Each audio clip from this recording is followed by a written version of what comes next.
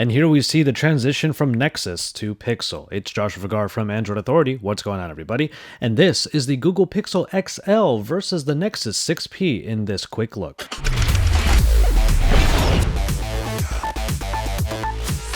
Aesthetically speaking, there's actually not a whole lot that these two phones have in common. The Google Pixel XL has a more bare-bones look to it when compared to the slightly more unique-looking Nexus 6P.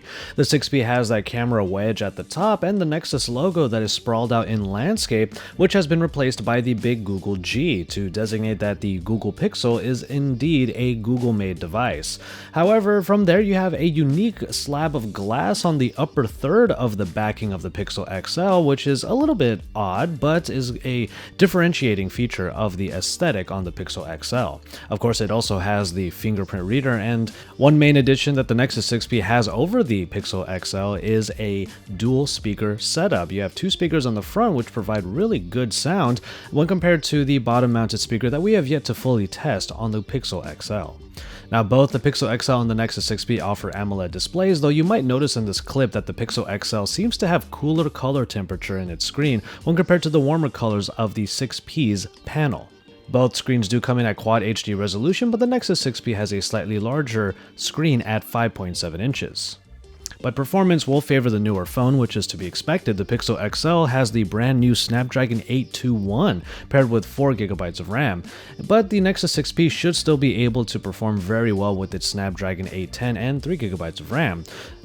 Though really, a lot of this might end up being relative when you take into consideration the software. Of course, the software in the Pixel XL is the brand new version of Android Nougat, but it's at 7.1 when you compare it to the Android Nougat 7.0 that you can get currently on the Nexus 6P and the Nexus 5X. There are obviously going to be a lot of different features on the Pixel XL that would differentiate it from the Nougat that is currently available for the Nexus phones.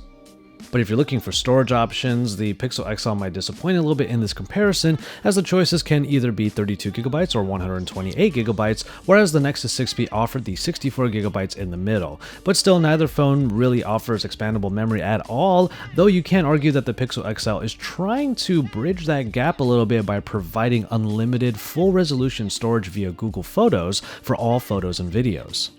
Both phones serve up similar battery capacities at 3450 mAh and also feature quick charging and USB Type-C. It seems like the cameras for both of these phones, at least on paper, are for the most part the same. After all, with the Nexus 6P, it really raised the bar, especially when it came to low-light performance, because it had a 12-megapixel shooter at f2.0 aperture that prioritized low-light performance by having very large pixels at 1.55 microns. And basically, that's the same spec that you will get on the camera for the Pixel XL.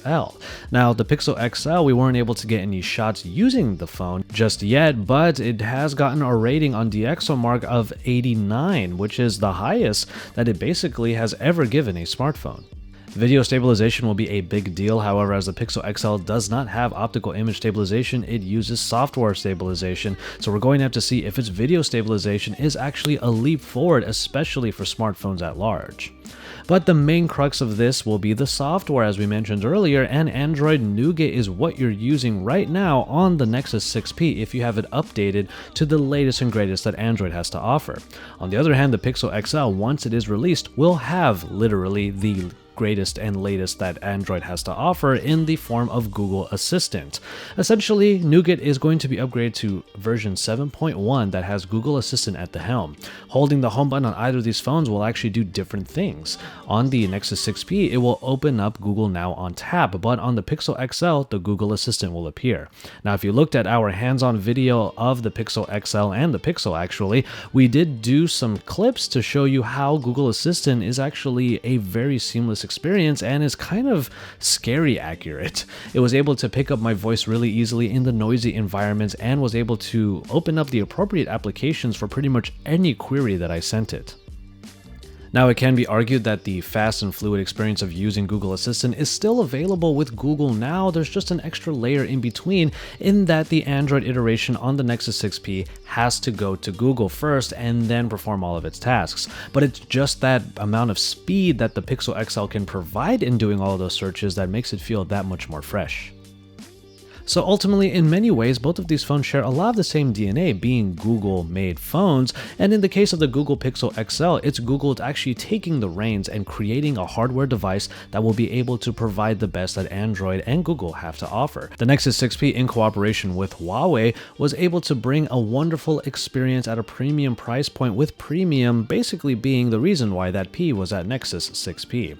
However, the pricing is where the two phones will greatly differ. The Nexus 6P was able to be had for only $399, but the Google Pixel XL is the premium one of the two this year and will start at $769.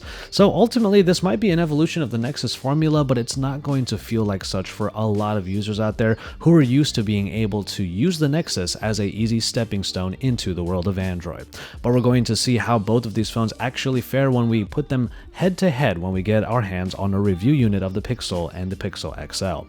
Keep it tuned to Android Authority for more on that, and don't forget to check out our hands-on for the Pixel and Pixel XL so you can see everything that we had to say about it from the event here in San Francisco, where we brought you Google's brand new devices. Keep it tuned here to Android Authority, because we are your source for all things Android.